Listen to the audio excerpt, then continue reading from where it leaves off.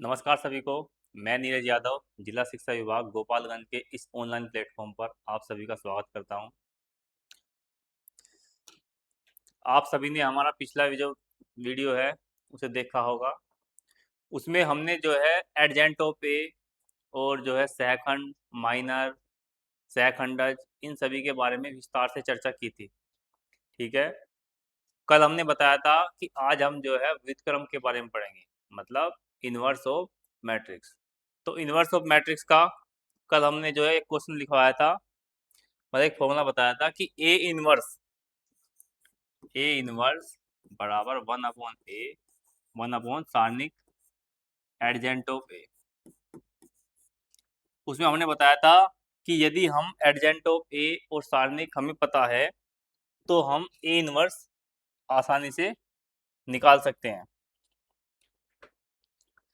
तो कल हमने बताया था कि यदि 2/2 मैट्रिक्स है, यदि 2/2 मैट्रिक्स है और तो उसका एडजेंट ऑफ हमने डायरेक्ट बताया था कि एडजेंट ऑफ ए,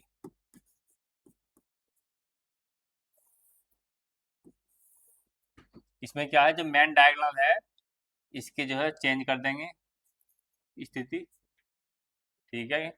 और जो ऑफ डायगोनल है उसका चिन्ह चेंज करें, तो माइनस की जगह यहाँ प्लस, तो यहाँ प्लस की जगह माइनस। तो इस तरह से हम एडजेंट ऑफ निकालते हैं। उसके बाद हमें इनवर्स निकालना है तो हमें डिटर्मिनेंट भी पता होना चाहिए। तो डिटर्मिनेंट का फॉर्मूला क्या बताया था, मेन डायगोनल की गुना माइनस ऑफ डायगोनल की गुना, मतलब 4 गुना -2। तो 3 2 जा 6 और 4 2 जा 8 और माइनस माइनस प्लस, तो कितना होगा 14। तो यहाँ वैल्यू पुट कर दो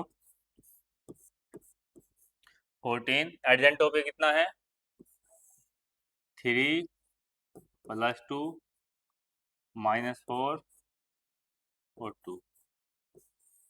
1/14 की इसमें क्या करेंगे, मल्टीप्लाई कर देंगे। तो 3/14, 2/14 मतलब 1/7, 4/14 मतलब 2/7, उसके बाद 2 एकम 1/7। कि हमने बताया था कि किसी मैट्रिक्स में यदि हम किसी कांस्टेंट या किसी अचर संख्या की गुना करते हैं तो उस वो जो है उसके प्रत्येक अवयव में उसकी हम गुना करते हैं, जबकि सारणिक में ऐसा नहीं है। तो 1/14 है, इसकी गुना जो है इसमें भी होगी, इसमें भी और इसमें भी। और उसके बाद हमारा जो आंसर हो क्या होगा फाइनल, 3/14, 1/7 -2/7 और 1/7। ये माइनस है, याद रखना। तो ये बात हुई 2/2 मैट्रिक्स। अब बात है 3/3 मैट्रिक्स। अगर हम 3/3 मैट्रिक्स की बात करते हैं तो 3/3 मैट्रिक्स में पहले हमें क्या निकालना पड़ेगा, एडजेंट ऑफ ए। तो एडजेंट ऑफ ए निकालने के लिए क्या करना पड़ेगा, सबसे पहले हमें निकालना पड़ेगा A11, A12, A13, A21, A22, A23, A31, A32 और A33। कल जो हमारी क्लास थी उसमें इस पर विस्तार से चर्चा की गई थी कि A11 किस तरह से हम निकाल लेंगे। तो A11 मतलब हमने बताया था, या तो डायरेक्ट याद कर लो या फॉर्मूले के अकॉर्डिंग -1 की पावर i + j। तो ये कितना हो गया, plus minus plus minus plus minus plus minus plus. उसके बाद क्या है, उसके बाद हमें लिखना है यहाँ पर माइनर, मतलब M11, M11, M12, M13, M21, M22, M23, M31, M32 और M33। और इन सभी की वैल्यू हमने डायरेक्ट बताई थी कि या तो इसका हम क्या कर लेंगे, सारणिक निकाल लेंगे। जैसे प्लस है, एक हम बता रहे हैं, उसके बाद डायरेक्ट करेंगे। जैसे M11 मतलब पहली पंक्ति और पहला कॉलम को हटाने पर जो सारणिक बनेगी, पहली पंक्ति और पहला कॉलम हटाओ तो पहली पंक्ति और पहला कॉलम हटाऊंगे तो कितना बनेगा, 2 4 0, ठीक है ना, 2 4 0 5। उसके बाद यहाँ माइनस है तो माइनस। एक सवाल हम विस्तार से बता रहे हैं, उसके बाद आप डार्ट कर लेना इसे। M12 मतलब पहली पंक्ति दूसरा कॉलम को हटाने पर, पहली पंक्ति और दूसरा कॉलम को हटाने पर क्या बना, 0 4 0 5, 0 4 0 5, 0 4 0। उसके बाद पहली पंक्ति तीसरा कॉलम, तो पहली पंक्ति तीसरा कॉलम का पहली पंक्ति तीसरा कॉलम, तो 0 2 0 0, 0 2 0 0। उसके बाद दूसरी पंक्ति पहला कॉलम, दूसरी पंक्ति दूसरी पंक्ति पहला कॉलम को हटाने पर, दूसरी पंक्ति पहला कॉलम को हटाने पर 2 3 0 5, 2 3 0 5। 2 की बात करेंगे, दूसरी पंक्ति दूसरा कॉलम, दूसरी पंक्ति दूसरा कॉलम 1 3 0 5, 1 3 0 5।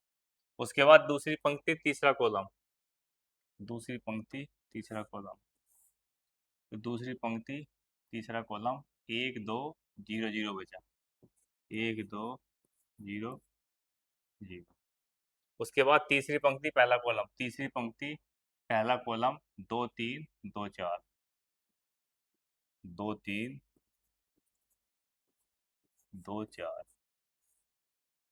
क्योंकि दूसरी पंक्ति तीसरी पंक्ति पहला कॉलम है, तीसरी पंक्ति पहला कॉलम 2 3 2 4, ठीक है। उसके बाद तीसरी पंक्ति दूसरा कॉलम, तीसरी पंक्ति दूसरा कॉलम 1 3 0 4, 1 3, मतलब बहुत सावधानी से करना है एकदम। अब तीसरी पंक्ति तीसरा कॉलम, तीसरी पंक्ति तीसरा कॉलम, तो ये होगा 1 2 0 2, 1 2 0 2। एक बात और है कि यदि हमें ए इनवर्स निकालना है, यदि हमें ए इनवर्स निकालना है, तो पहले हम क्या काम करेंगे, पहले उसके सारणिक चेक कर लेंगे कि यदि सारणिक 0 है तो इसका मतलब उसका जो है ए इनवर्स नॉट एग्जिस्ट, ठीक है ना, ये भी एक पॉइंट है। और यदि जो डिटर्मिनेंट है वो नॉट इजिकल टू 0 है,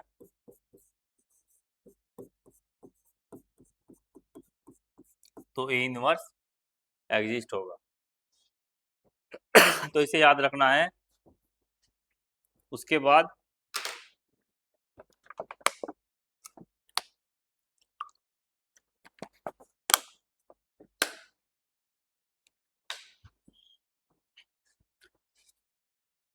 अब हम क्या करेंगे, इसे सोल्व करेंगे।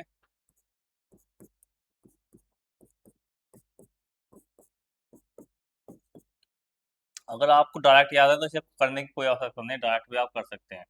जैसे i2 10 -0, तो कितना आ गया 10, 0 0 0 0 0, 5 दूनी 10।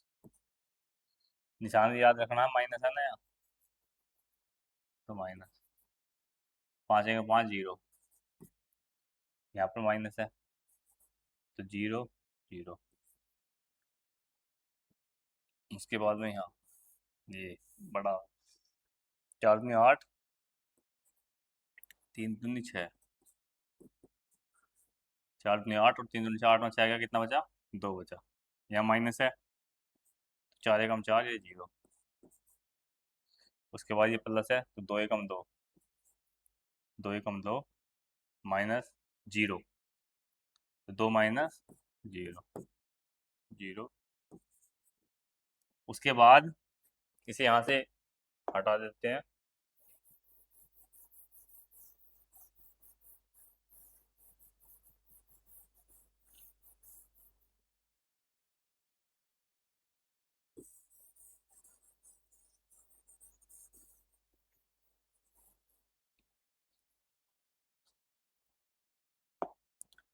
और तो हमने क्या बताया था एडजेंट टॉप ए का,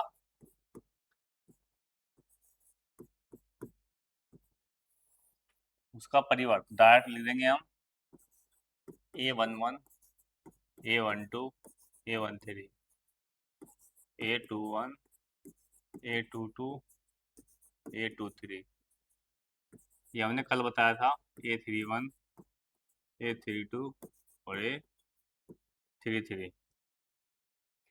अब इनकी वैल्यू पुट कर दो यहाँ पे, तो वैल्यू A11 A12 A13, तो ये आ जाएगा 10 0 0 10 0 0 10 0 0 -10 5 0 -10 5 0 -10 5 0, उसके बाद 2 -4 2 2 -4 2 2 फिर ये ना 2 -4 2। अब उसके बाद क्योंकि हमें उसका सारणी की भी आवश्यकता पड़ेगी, तो डिटरमिनेंट निकाल लो इसका ए का। अब यहाँ ध्यान से देखो, जिसमें जीरो हो, हमने कई बार बताया था कल बार बार कि जिसमें जीरो हो जिस पंक्ति या रो में, उसके अकॉर्डिंग खोल देंगे। या तो देखो, या तो इसके अकॉर्डिंग खोल दो C3 के, R3 के, या C1 के अकॉर्डिंग खोल दो। तो इसमें लिख दो C1 के अनुदिश विस्तार करने पर, या C1 के सापेक्ष, इसे मान लो यहाँ पर ए का C1 के सापेक्ष विस्तार करने पर, तो C1 के सापेक्ष विस्तार 2 से 0 हो जाएगा, तो 1 बचा सिंपल। और 1 के अकॉर्डिंग जो मैट्रिक्स क्या बनेगी, क्या बनेगी 1 है, फिर तो 0, तो इसका पहली रो पहली कॉलम तो 2 4 0 5 2 4 0 5 2 4 0 5, तो कितना बचा प्लस 5 दूनी 10 और ये 0, तो इसका मतलब ये सारणी की वैल्यू कितनी है 10, तो इसका मतलब नॉट इज इक्वल टू 0, तो इसका व्युत्क्रम संभव है। तो ये जो है इसे करने से पहले आप पहले इसे चेक कर लेना, अगर जो 0 बने तो छोड़ दो, और 0 नहीं बने तो इसका मतलब निकालना पड़ेगा। तो निकाल दो अब, A इनवर्स बराबर 1/A एडजेंट ऑफ A, इसकी फुल फॉर्म है एडजॉइंट। तो ये सारणी की वैल्यू कितनी है 10, अब इसे रख देंगे यहाँ पर, तो 10 -10 2 0 5 -4 0 0। अगर आप इसे सिंप्लीफाई करना चाहते हैं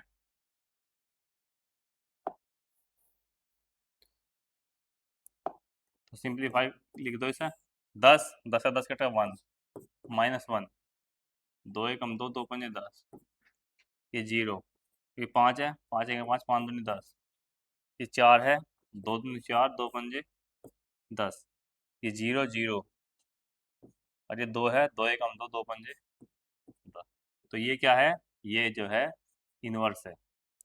तो इस तरह से 5 से लेकर 11 तक हम सभी का इनवर्स निकाल सकते हैं, ठीक है। उसके बाद में 12 नंबर क्वेश्चन क्या है, 12 नंबर क्वेश्चन में सत्यापन करा रहा है कि यदि ए और बी है तो ए बी का इनवर्स क्या है, ए बी का इनवर्स है बी इनवर्स ए इनवर्स, इसे नोट कर लो।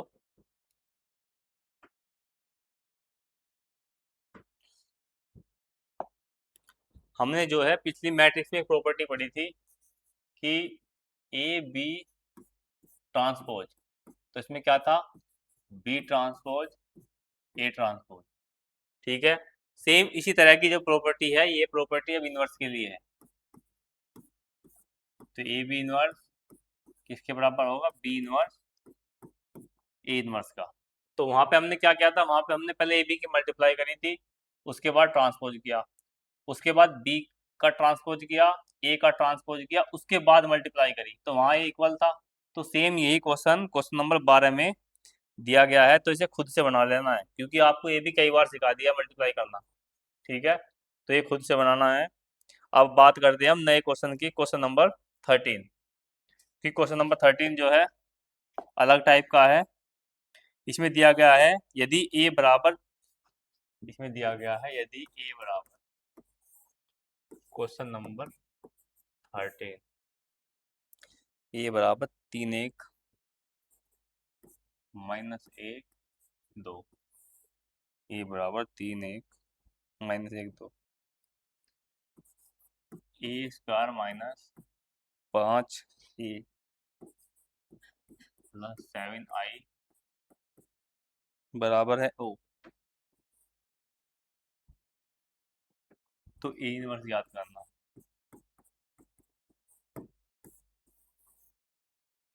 तो इसमें क्या दिया गया है, इसमें दिया गया है कि यदि ए बराबर इतना है तो हमें सिद्ध करना है कि A square minus 5a plus 7 identity, I मतलब आइडेंटिटी बराबर है ओ मतलब शून्य मैट्रिक्स। यदि इस तरह से है तो ये सिद्ध करके दिखाना है। उसके बाद यदि ऐसा है तो हमें इसकी सहायता से क्या सिद्ध करना है, ए इनवर्स की वैल्यू। तो इसमें क्वेश्चन नंबर 13 14 15 16 ये 4 क्वेश्चन इसी टाइप के हैं। 13 14 15 16। तो हम जो है इसमें एक क्वेश्चन बताएंगे, क्वेश्चन नंबर 13। सभी को ध्यान से देखना है। तो इसमें क्या है, पहले ध्यान से देखो, ए स्क्वायर 5a प्लस 7i मतलब ए स्क्वायर दिया हुआ है। अगर यहाँ ए की पावर क्यूब है तो हम ए की पावर क्यूब निकालेंगे, ए की पावर 4 है तो हम 4 निकाल लेंगे। तो हमें किसकी आवश्यकता है, यहाँ ए की पावर 2। तो 3 1 माइनस 1 2। तो हमें ए स्क्वायर निकालना पहले, ए स्क्वायर। तो ए स्क्वायर मतलब ए की कितनी बार मल्टीप्लाई है, 2 बार। तो ए कितना है, 3 1 माइनस 1 2। फिर दोबारा से ये रखेंगे, 3 1 माइनस 1 2। अब इसकी मल्टीप्लाई हमने कई कई बार बताया अभी तक, मतलब पहली रो पहला कॉलम, पहली रो दूसरा कॉलम। ठीक है, फिर भी हम एक बार विस्तार से बता दे रहे हैं इसमें। पहली रो मतलब 3 पहला कॉलम प्लस पहली रो का पहला कॉलम। तो इसका मतलब इस तरह का मैट्रिक्स बना। उसके बाद एक बात हमने और बताई थी, ये कितना है, 2 बाई 2 मैट्रिक्स। दूसरा कितना है, 2 बाई 2 मैट्रिक्स। तो ये क्या, यदि ये सेम है तो शुरू और आखिर का देखेंगे। तो क्या है, 2 गुना 2। तो जो ये मैट्रिक्स बनेगा 2 बाई 2 मैट्रिक्स बनेगा। मतलब ये बीच का सेम होना चाहिए, 2 बाई 2 तो 2 बाई 2। तो ये सेम है तो इसका मतलब मैट्रिक्स किस टाइप का बनेगा, स्टार्टिंग का और एंड पॉइंट। बाई चांस मान लो तो 2 बाई 3 है और ये है 3 बाई 2, इनकी मल्टीप्लाई हम आपस में कर रहे हैं तो ये सेम है। तो जब सेम है तो इसका मतलब मल्टीप्लाई संभव है। तो मैट्रिक्स कितने का बनेगा, 2 बाई 2। तो यहाँ पे आप देखते हैं 3 की पावर किसमें, 3 की मल्टीप्लाई करेंगे 1 में प्लस, और 1 की मल्टीप्लाई किसमें करेंगे, 2 में। 3 की 1 और 1 की 2 में। उसके बाद माइनस 1 की 3 में प्लस 2 की -1 में, 2 की -1। उसके बाद -1 की 1 में प्लस 2 की 2 में।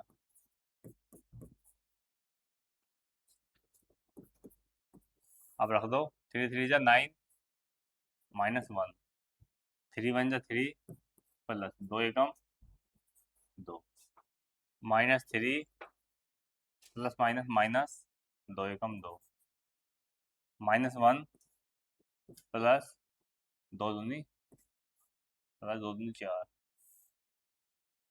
अब 9 में से 1 गया 8, 3 और 2 5 और 3 और 2 -5।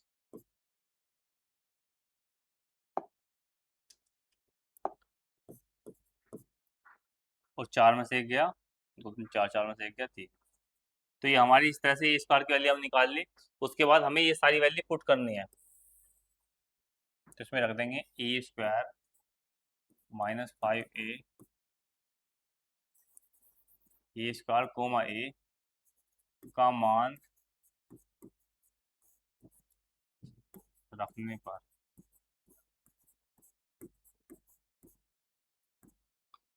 तो इसका मान रखेंगे हम, तो ए स्क्वायर -5a प्लस 7i। ए स्क्वायर की वैल्यू 8 5 -5 3, 8 5 -5 यदि माइनस 5 ए की वैल्यू है 3 1 -1 2, 3 1 -1 2, उसके बाद +7 आइडेंटिटी मतलब 1 0 0 1। अगर 2 बाई 2 मैट्रिक्स है तो 2 बाई 2 मैट्रिक्स बनाओगे, और 3 बाई 3 मैट्रिक्स है तो 3 बाई 3 मैट्रिक्स का ऑटोमेटिक रख देंगे इसमें। उसके बाद जो है पहले मल्टीप्लाई कर लो इसकी, 8 5 -5 3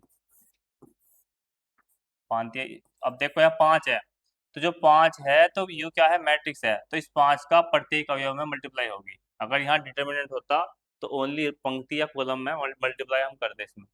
तो 5 या 15, उसके बाद 5 का 5 -5 और 5 दूनी 10। अब यहाँ 7 0 0, अब ऐड कर दो, मतलब पहली पंक्ति पहला अवयव, पहली पंक्ति पहला अवयव के साथ ऐड करेंगे। ऐड जो हमने स्टार्टिंग में सिखा दिया था मैट्रिक्स में। तो यहाँ 8 -15 और 7, 8 -15 और 7, 8 -15 और 7। उसके बाद 5 -5 और 0, उसके बाद -5 +5 और 0, उसके बाद 3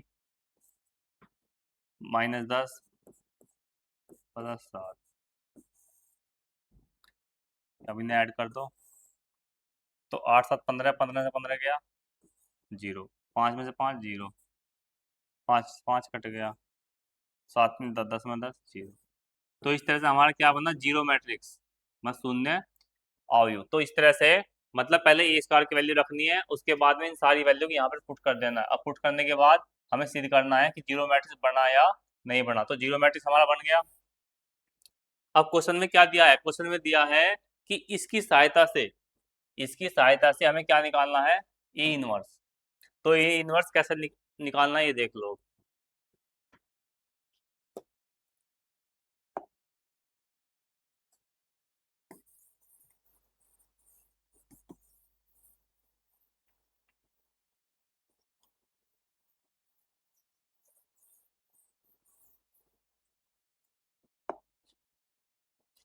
तो ए इनवर्स कैसे निकालना, जैसे हमारे पास ये है ए स्क्वायर -5a + 7a।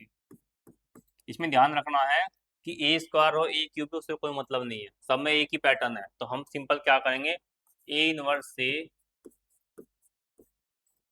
दोनों तरफ गुना करने पर, दोनों तरफ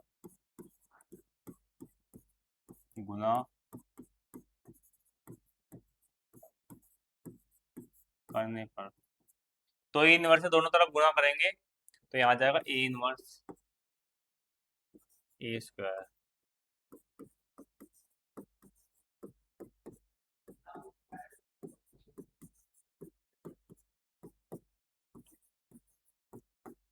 अब simple A inverse A square, तो ये हो जाएगा दो, दो में से क्या, एक माइनस ए, और ए इनवर्स क्या होता है, आइडेंटिटी। ये हमने बताया था मैट्रिक्स वाले चैप्टर में कि ये ए और उसका जो इनवर्स है उन दोनों का जो मल्टीप्लाई वो कितना है, आइडेंटिटी प्लस। और 7a आइडेंटिटी से कोई फर्क नहीं पड़ेगा, तो 7a इनवर्स, ये जीरो का मैट्रिक्स है, जीरो मैट्रिक्स। उसके बाद 7a इनवर्स हमें निकालना है, तो -5 आई इधर जाके 5 आई, और ये क्या है, +a, तो +a इधर जाके -a। तो ए इनवर्स हमें निकालना है, तो क्या आ जाएगा, 1/7 5i -a। ठीक है। अब जो है इसमें वैल्यू पुट कर देंगे आई और ए की हम, तो सीधा इनवर्स निकाल लेंगे डायरेक्ट। इसे नोट कर लो पहले, उसके बाद हम इसे क्वेश्चन को इधर करते हैं।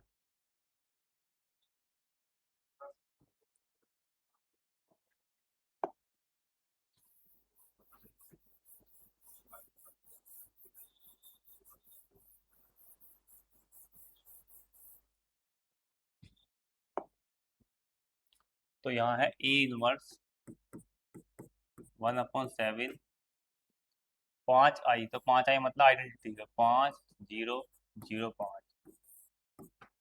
माइनस ए, तो ए के लिए रख दो 3 1 -1 2, और यहाँ पर ये जो ब्रैकेट है इसे ब्रैकेट लगा दो।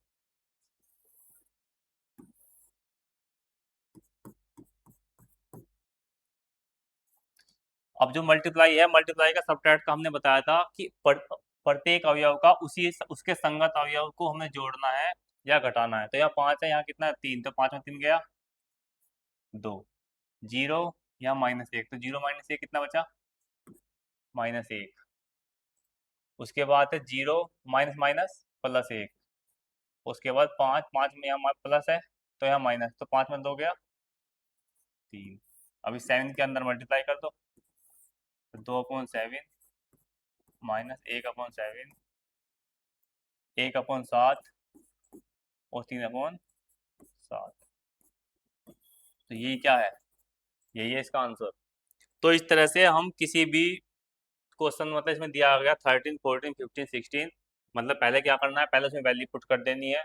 उसके बाद वैल्यू पुट करने के बाद उसमें बताया जाएगा कि आपको इसकी सहायता से ए इनवर्स निकालना है। तो हम क्या करेंगे, सिंपल ए इनवर्स से दोनों तरफ गुना कर देंगे।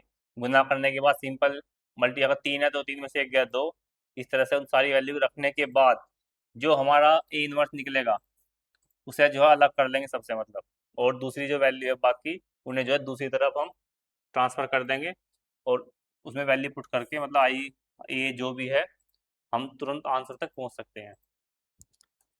तो इसका मतलब 13 14 इस तरह से आप क्वेश्चन बना लोगे इसके। उसके बाद दिया गया है इसमें क्वेश्चन नंबर 17।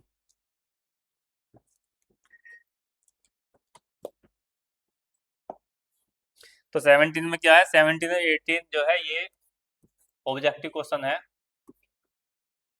तो इसमें क्या दिया गया है, इसमें दिया गया यदि 3/3 कोटि का कोई वर्ग अवयव है तो एडजेंट ऑफ ए, यदि हम एडजेंट ऑफ ए का डिटरमिनेंट निकालते हैं तो क्या होगा।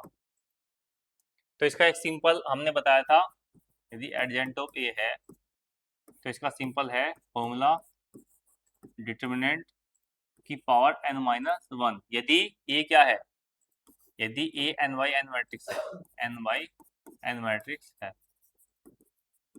ठीक है। और तो इस सवाल में क्या दिया गया है 3/3, जब इस सवाल में 3/3 दिया गया है 17 में, तो n बराबर कितना है 3, और जब n बराबर 3 यहाँ पर रख दो, 3 में से 1 गया 2, तो इसका मतलब सारणी की पावर 2, और सारणी की पावर 2 कौन सा आंसर है इसका 17 का बी। ये ऑब्जेक्टिव में क्वेश्चन आ सकता है, मतलब जितना भी मैट्रिक्स दिया हुआ है 3 4 5 6, उसमें क्या है हम n1 जो है घटा देंगे, और घटाने के बाद वही आंसर है इसका। उसके बाद है क्वेश्चन नंबर 18, 18 भी ऑब्जेक्टिव है। इसमें दिया गया है कि यदि एक कोटि 2, मतलब वो 2 ऑर्डर का व्युत्क्रमणीय अवयव है तो डिटरमिनेंट निकालना उसका, डिटरमिनेंट ए इनवर्स। तो ये आपको डायरेक्ट याद करना, डिटरमिनेंट ए इनवर्स का मतलब है 1 डिटरमिनेंट ए, ठीक है ना। ऐसा क्यों है, ऐसा इसलिए है कि आपने पढ़ा है ए इनवर्स बराबर क्या होता है आइडेंटिटी। जब ए इनवर्स आइडेंटिटी होता है उसके बाद हम क्या करेंगे, इसका डिटरमिनेंट निकालते हैं। जब डिटरमिनेंट निकाल लेंगे तो ये कितना हो जाएगा, एक प्रॉपर्टी हम अलग अलग रख लेंगे, और आई का जो डिटरमिनेंट कितना है 1, तो ए इनवर्स का डिटरमिनेंट हमें निकालना है, तो ये मल्टीप्लाई में नीचे जाके डिवाइड में, ठीक है। तो ये इसका जो है मतलब विस्तार से इसका आंसर है, ये डायरेक्ट याद रख लो इसे आप। उसके बाद है इस चैप्टर का सबसे लास्ट पॉइंट, मतलब जो भी हमने सारणी या मैट्रिक्स पढ़ा है इसका एप्लीकेशंस, मतलब इसका जो है हम किस तरह से अनुप्रयोग करेंगे।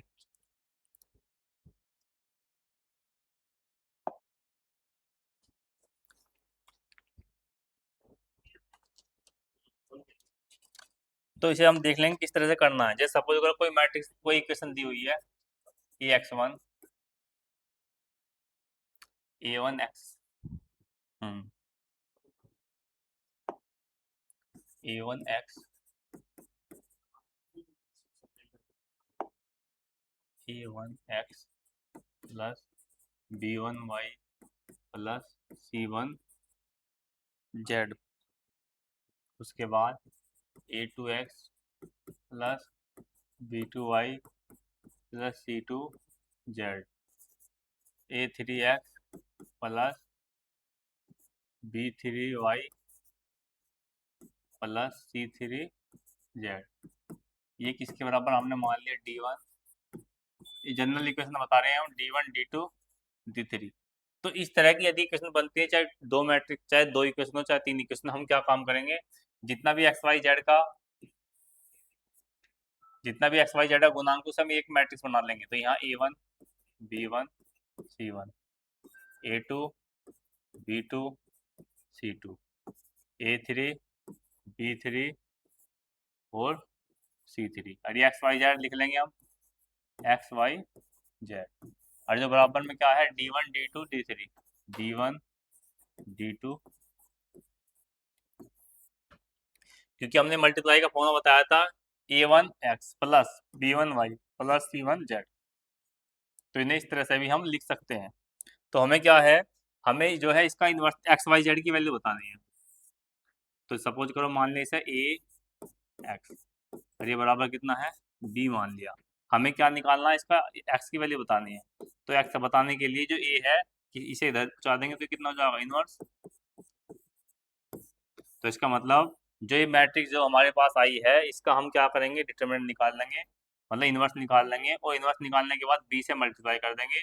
तो सिंपल हम कंपेयर करने के बाद एक्स वाई जेड की वैल्यू निकाल सकते हैं। एक इसके अंदर हमें प्रॉपर्टी याद रखनी है। प्रॉपर्टी क्या है, इसमें सिखाया जाता है कि जो ए मैट्रिक्स है, यदि ये जीरो है और यदि ये जीरो नहीं है, ध्यान रखना, यदि कोई ए नॉट इजिकल टू जीरो है, तो इसका मतलब क्या है, इसका मतलब हमने बताया था, मतलब इसका जो यू कैसा अवयव है, व्युत्क्रमणीय, व्युत्क्रमणीय अवयव। और ये कैसा है, ये है अव्युत्क्रमणीय अवयव।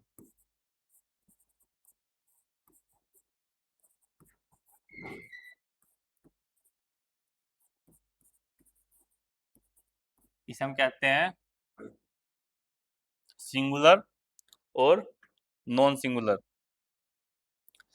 तो इसमें कंडीशन बनती है कि यदि ए नॉट इक्वल टू जीरो, तो मतलब व्युत्क्रमणीय अवयव। यदि ए का जो सारणिक है वो कितना है, zero.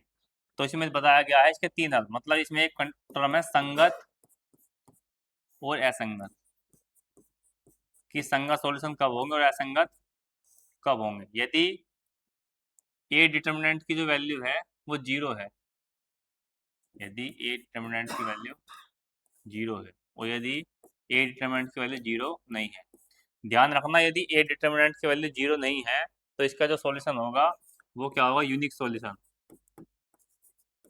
Unique solution, unique solution मतलब संगत। उसके बाद में यदि ए डिटर्मिनेंट बराबर जीरो है, तो इसमें क्या है, इसमें या तो नो सॉल्यूशन, या तो नो सॉल्यूशन या इनफिनाइट सॉल्यूशन। ठीक है, तो इसका मतलब जो नो सॉल्यूशन, तो क्या आ जाएगा, ये असंगत।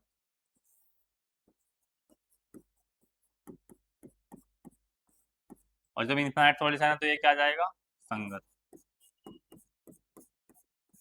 ठीक है, तो यदि डिटरमिनेंट जीरो है तो सॉल्यूशन संगत भी हो सकता है और असंगत भी हो सकता है। और यदि determinant not equal to zero है तो संगत ही होगा और वो भी यूनिक सॉल्यूशन।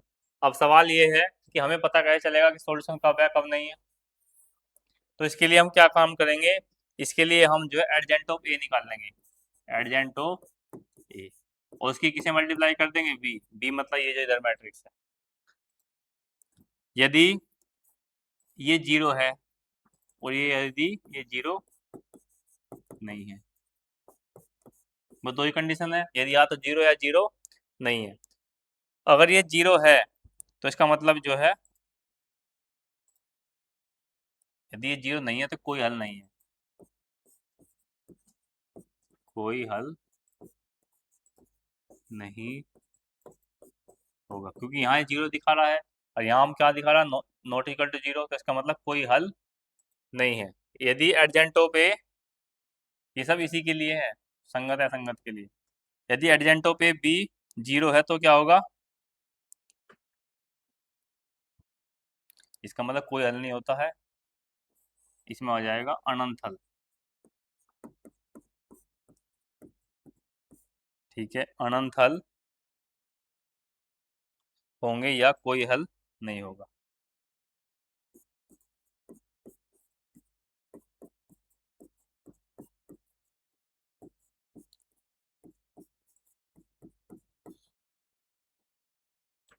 तो इस तरह से हम देखते हैं कि जो है पहले क्या करेंगे, सिंपल हमें जो है इस चैप्टर में हमें संगत की बात करनी, पहली बात ये सिर्फ याद रखना है कि असंगत की कंडीशन क्या है, क्योंकि 12th क्लास में जो भी जितना भी टॉपिक है वो संगत के अकॉर्डिंग है, मतलब A determinant not equal to zero ही होगा। ठीक है, यदि डिटर्मिनेंट जीरो है तो उसकी हमने दो कंडीशन बता दी, उसमें क्या आ सकता है, एडजेंटो पे बी बराबर जीरो। यदि एडजेंटो पे बी बराबर जीरो तो इसका मतलब उसके क्या होंगे, या तो अनंत हल होंगे या कोई हल नहीं होगा। और यदि एडजेंटो पे B not is equal to zero है तो इसका मतलब क्या है, इसका मतलब ये है कि कोई हल नहीं होगा, मतलब इसमें दोनों कंडीशन है, इसमें ओनली वन कंडीशन है। याद करने का तरीका क्या है, याद करने का तरीका ये है कि ये जब ये जीरो है तो जब जीरो तो ये भी जीरो होना चाहिए, तो जब जीरो होना चाहिए तो इसका मतलब इसका अनंत हल हो सकते हैं। इस तरह से हम इसकी कुछ क्वेश्चन देखते हैं, आप इसको ये प्रैक्टिस हो जाएगी इनकी।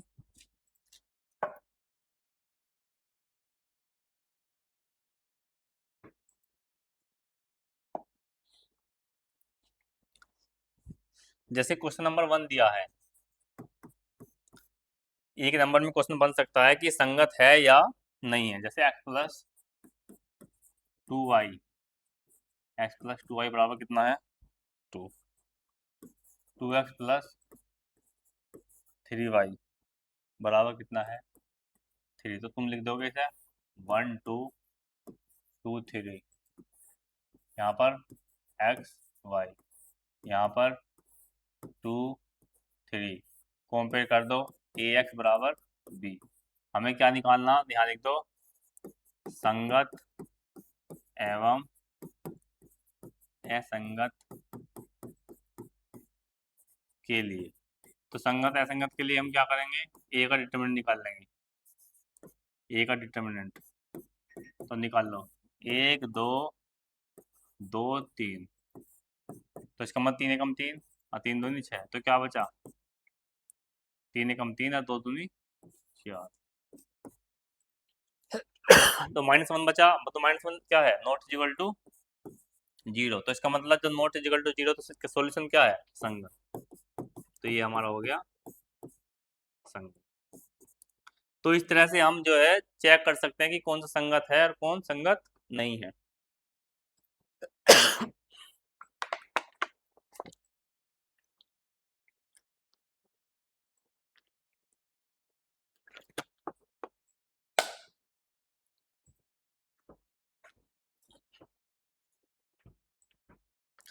तो 1 से लेकर क्वेश्चन नंबर 6 तक हमें चेक करना है कि कौन सा संगत है और कौन सा संगत नहीं है। यदि ये ए का जो डिटर्मिनेंट जीरो आता है तो इसका मतलब ये क्या है, इसका मतलब ये क्या है, इसका मतलब ये संगत भी हो सकता है और असंगत भी हो सकता है। हमने अभी पीछे डिस्कस किया था, जैसे इसमें क्या है 4.6, जैसे एक क्वेश्चन देख लेते हैं असंगत का, इसमें हम एक क्वेश्चन देख लेते हैं असंगत, ये है क्वेश्चन नंबर 3। तो क्वेश्चन नंबर 3 देखते हैं, इसमें दिया गया x+3y, x+3y बराबर 5, इसके बाद है 2x+3y बराबर 2x+6y बराबर कितना है, 8। तो इसका मतलब 1 3 2 6,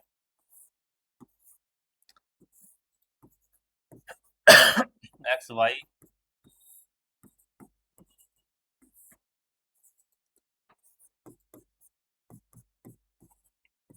तो ये का डिटरमिनेंट निकाल लो यहाँ से। तो 6 एकम 6, 3 दूनी 6, तो ये क्या बचा 0। तो इसका मतलब सॉल्यूशन कैसे है असंगत।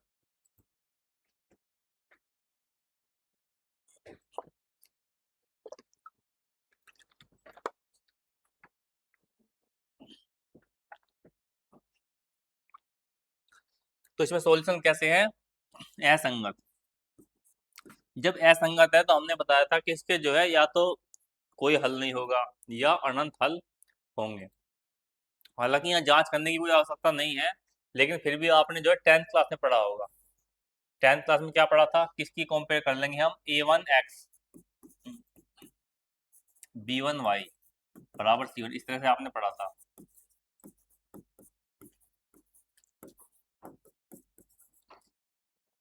तो a1 की वैल्यू कितनी है यहाँ पर 1, b1 की वैल्यू कितनी है 3, c1 की वैल्यू कितनी है 5। उसके बाद a2 की वैल्यू कितनी है 2, b2 की वैल्यू कितनी है 6, और c2 की वैल्यू कितनी है, यहाँ a1 b1, c2 की वैल्यू है 8। तो यहाँ देखते हैं a1 अपॉन a2 किसके बराबर है b1 अपॉन b2 के, लेकिन c1 अपॉन c2 ये इक्वल नहीं है। तो इस कंडीशन में हमने बताया था कि इसका क्या है, इसका कोई हल नहीं होगा। आपको याद आ रहा होगा ये 10th क्लास का क्वेश्चन है, लेकिन यहाँ हमें किसकी सहायता से करना है, ये मैट्रिक्स की सहायता से। तो मैट्रिक्स की सहायता से यदि हमें इसमें चेक करना है तो आप इसमें क्या काम करोगे, आपको जो प्रॉपर्टी बताई थी, तो एडजेंटो पे बी बराबर 0, मतलब इसका अगर जो हम निकाल लेंगे एडजेंटो बी तो इसका क्या आएगा शून्य आयु। चाहे आप इसे चेक भी कर सकते हैं, इसे चेक करके दिखा देते हैं एक बार।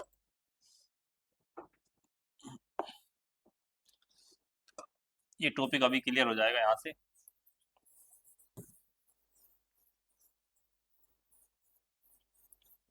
तो हमें क्या निकालना है एडजेंटो पे, हमें निकालना है एडजेंटो पे। तो एडजेंटो पे कैसे, 2x2 मैट्रिक्स है तो डायरेक्ट निकाल देंगे। तो 6 1, तो इसका मतलब चेंज कर देंगे 6 1 इंटरचेंज। इसके क्या करेंगे, चिन्ह बदल देंगे, -3 -2। उसके बाद क्या बताया हमने, एडजेंट ऑफ ए और बी की हम क्या करेंगे मल्टीप्लाई, 6 -3 -2 6 1 और 1। और बी कितना है हमारा 5 और 8, ठीक है। तो कर दो मल्टीप्लाई, ये होगा 6 पंजे 30 और 8 दिया 24। उसके बाद 5 दूनी 10 और 8 एकम 8।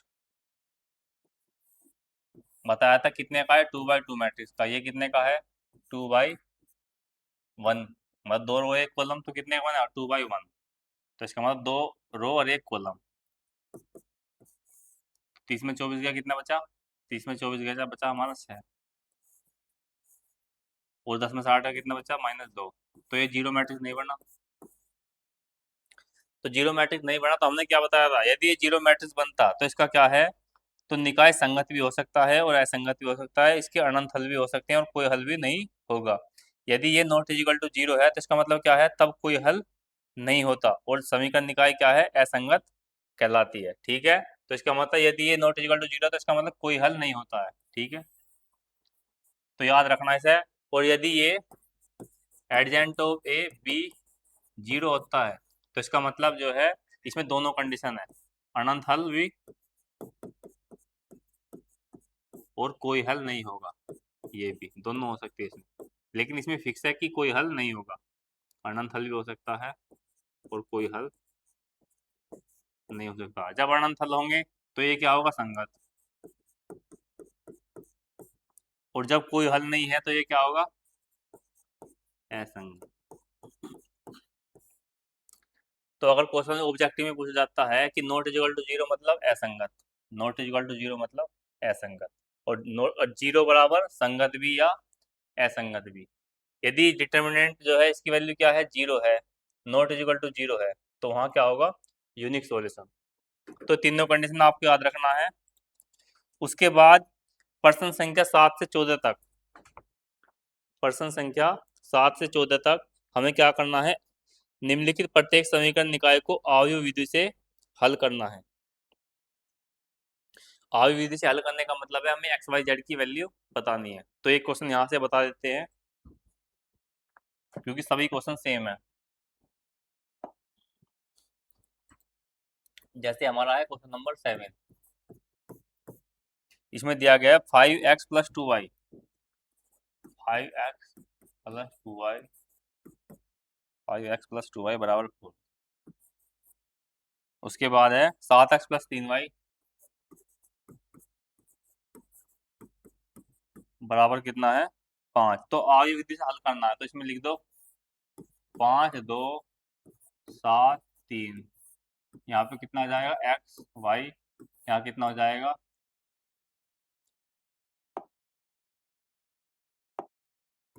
4 5। तो हमने क्या बताया था, एक्स बराबर ए इनवर्स बी, इस तरह से आपको बताया था। तो पहले हम क्या करेंगे, ए इनवर्स निकाल लेंगे। तो निकाल लो ए इनवर्स। तो पहले ए इनवर्स निकालने के लिए हमें क्या पता होना चाहिए, एडजेंट ऑफ ए। क्योंकि 2x2 मैट्रिक्स है तो एडजेंट ऑफ डायरेक्ट निकल जाएगा। तो 3 5 इंटरचेंज कर लो इसे, मेन डायगोनल को, 3 5। उसके बाद इसका चिन्ह बदल दो, -2 -7। फिर डिटरमिनेंट निकाल लो इसका, क्योंकि इनवर्स में जरूरत पड़ेगी इसकी। डिटरमिनेंट मतलब 5 या 15 -7 दूनी 14। तो 5 या 15 7 दूनी 14, तो 15 में 14 गया, 1 बचा। अब फॉर्मूला क्या आता है ए इनवर्स निकालने का, ए इनवर्स बराबर 1 सारणिक एडजेंट ऑफ ए। अब 1 सारणिक की वैल्यू कितनी है, 1 सारणिक की वैल्यू है 1, जो सारणिक की वैल्यू 1 है, एडजेंट ऑफ की कितनी है 3 -2 और -7 और 5। अब 1 से कोई फर्क नहीं पड़ेगा, तो ए इनवर्स की वैल्यू हमारी निकल गई। अब इसे हम क्या करते हैं, इसे कुछ मान लो फर्स्ट में रखने पर। तो इसका मतलब x बराबर ए इनवर्स, ए इनवर्स की वैल्यू कितनी है 3 -2 -7 5, 3 -2 -7 5। और उसके बाद b की वैल्यू कितनी है, b की वैल्यू है 4 और 5। b हमारा है 4 और 5।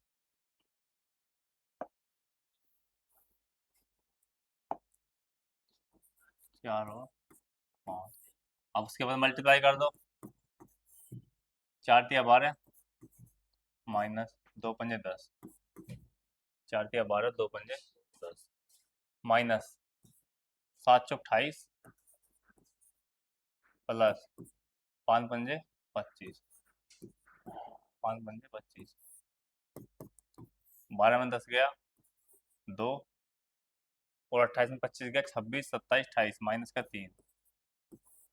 उसके बाद एक्स वाई, एक्स का हमें पता है, एक्स का मतलब क्या है, एक्स वाई, क्योंकि हमने मान लिया था यहाँ पर। तो इसका मतलब कंपेयर कर दो, एक्स की वैल्यू कितनी है 2 और वाई की वैल्यू कितनी है -3, वाई की वैल्यू -3। तो इस तरह से हम जो है आव्यूह विधि से समीकरण को सोल्व कर सकते हैं। 2x2 मैट्रिक्स हो, 3x3 मैट्रिक्स हो, 3x3 मैट्रिक्स का थोड़ा इन्वर्स निकलने में समय लगता है, लेकिन प्रोसेस वही है, सेम प्रोसेस है। उसी तरह से हम कंपेयर कर देंगे और कंपेयर करने के बाद एक्स वाई जेड की वैल्यू निकाल सकते हैं। अब क्वेश्चन नंबर 14 तक इसी टाइप के क्वेश्चन है। क्वेश्चन नंबर 15 भी सेम है, 16 भी सेम है, सभी क्वेश्चन सेम है। उसके बाद में इसमें दिया गया मिसलेनियस एक्सरसाइज। तो मिसलेनियस एक्सरसाइज में जो भी जरूरी सवाल होंगे हम उससे बताऊंगे, लेकिन सभी क्वेश्चन जो है पिछले सवाल की तरह ही है, मतलब आपको जो है प्रैक्टिस से ही करना होगा। उसके बाद अब नेक्स्ट चैप्टर पढ़ेंगे अपना लिमिट का, ठीक है, limit and differentiability, chapter number 5। हम कोशिश, हमने जो अभी तक 4 चैप्टर कंप्लीट करने की दिशा में हम काम कर रहे हैं। तो आपको कोशिश करनी है कि जो भी ये 4 चैप्टर हैं, इन 4 चैप्टर का जो है मतलब रिवीजन करना है। आपको जो भी प्रॉब्लम है या जो भी वो है, हम दोबारा से मतलब उसका एक तरह से वन शॉट वीडियो हम लेकर आएंगे। तब तक के लिए आप पढ़ते रहिए। धन्यवाद।